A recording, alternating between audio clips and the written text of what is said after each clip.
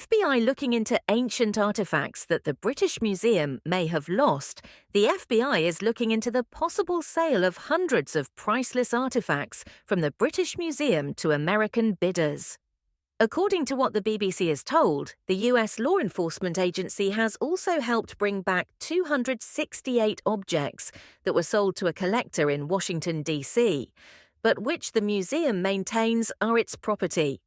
Ancient jewels, jewellery and other artefacts from the British Museum's collection were reported lost, stolen or damaged last year.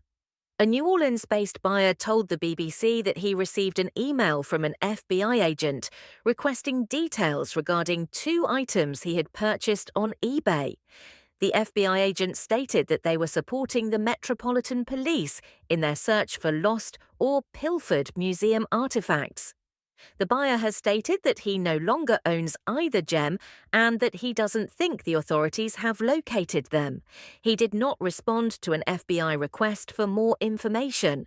Of the 1,500 pieces that the British Museum thinks are lost or stolen, 626 have been found and returned thus far, while 100 more have been located but not returned. Most of the objects that the museum suspects of being pilfered were not catalogued, and it is currently investigating methods to verify that they originate from its holdings. In certain instances, this entails collectors consenting to give objects to the museum so that employees can evaluate.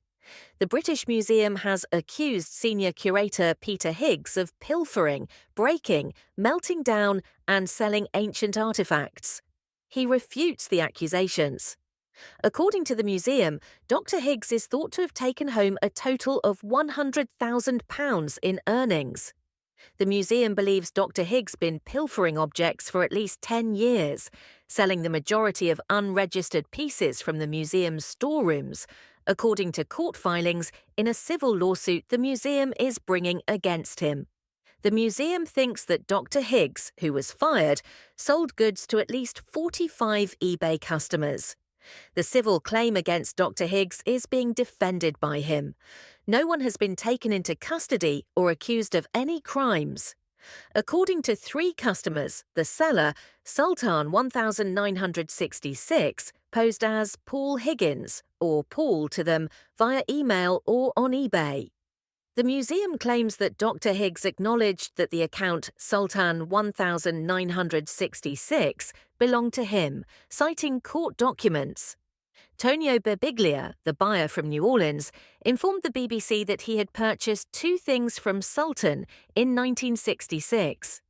We verified this by comparing Mr. Birbiglia's receipts with the eBay records that the FBI had cited. These objects have not yet been inspected by the British Museum, thus it is unknown if they were ever part of its collection. One was an amethyst gem that Mr. Birbiglia purchased in May 2016 for £42, and it showed Cupid, the Roman deity of love, riding a dolphin. The second item he purchased for £170 was an orange scarab beetle diamond. Mr. Birbiglia paid for this item using a PayPal account that was linked to Dr. Higgs's email address. When the FBI called Mr. Birbiglia, an Antiquities gallery employee at the time, he said he was completely shocked. "I can't even remember any of it," he claimed, adding that it's likely that he purchased the stones to resell them. Mr. Birbiglia admitted to the special agent that he had no memory of the diamonds. In an attempt to determine their possible destination, he requested additional details from the FBI, including images. The 2 jewels have not yet been located by the authorities, according to Mr. Birbiglia, because neither the FBI agent nor the museum nor the British police followed up with him. He claimed that the FBI seemed to be blowing it off throughout the entire situation. He, the agent, didn't put in a lot of effort. According to information provided to the BBC, the FBI has also helped with the investigation of 268 products that the same seller sold in the Washington, D.C. area.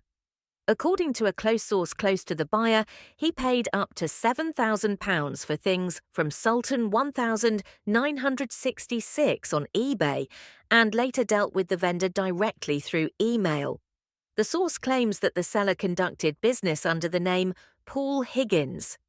According to the BBC, diamonds have now reportedly been sent to the British Museum, where efforts are still being made to establish ownership. However, the seller's stuff might not have ended up in the US alone. Dr. Ittai Gradel, a Danish antiquities dealer, was the one who initially notified the museum about thefts. Since then, he has located artifacts that were sold to customers in Hamburg, Cologne, Paris, and Hong Kong, among other cities. He sold other stones to another private collector after purchasing them for himself in good faith. And some of those jewels are now on show in the Deutsches Edelstein Museum in Idar Oberstein, Germany. For an exhibition, the museum had them on loan. One gem is purported to be a rare 2nd century statue of the Greek hero Hercules, crafted from the volcanic glass obsidian. The gem, which was one of the prize exhibits and featured a full-page photo at the opening of the exhibition's catalogue, was estimated to be worth thousands of pounds.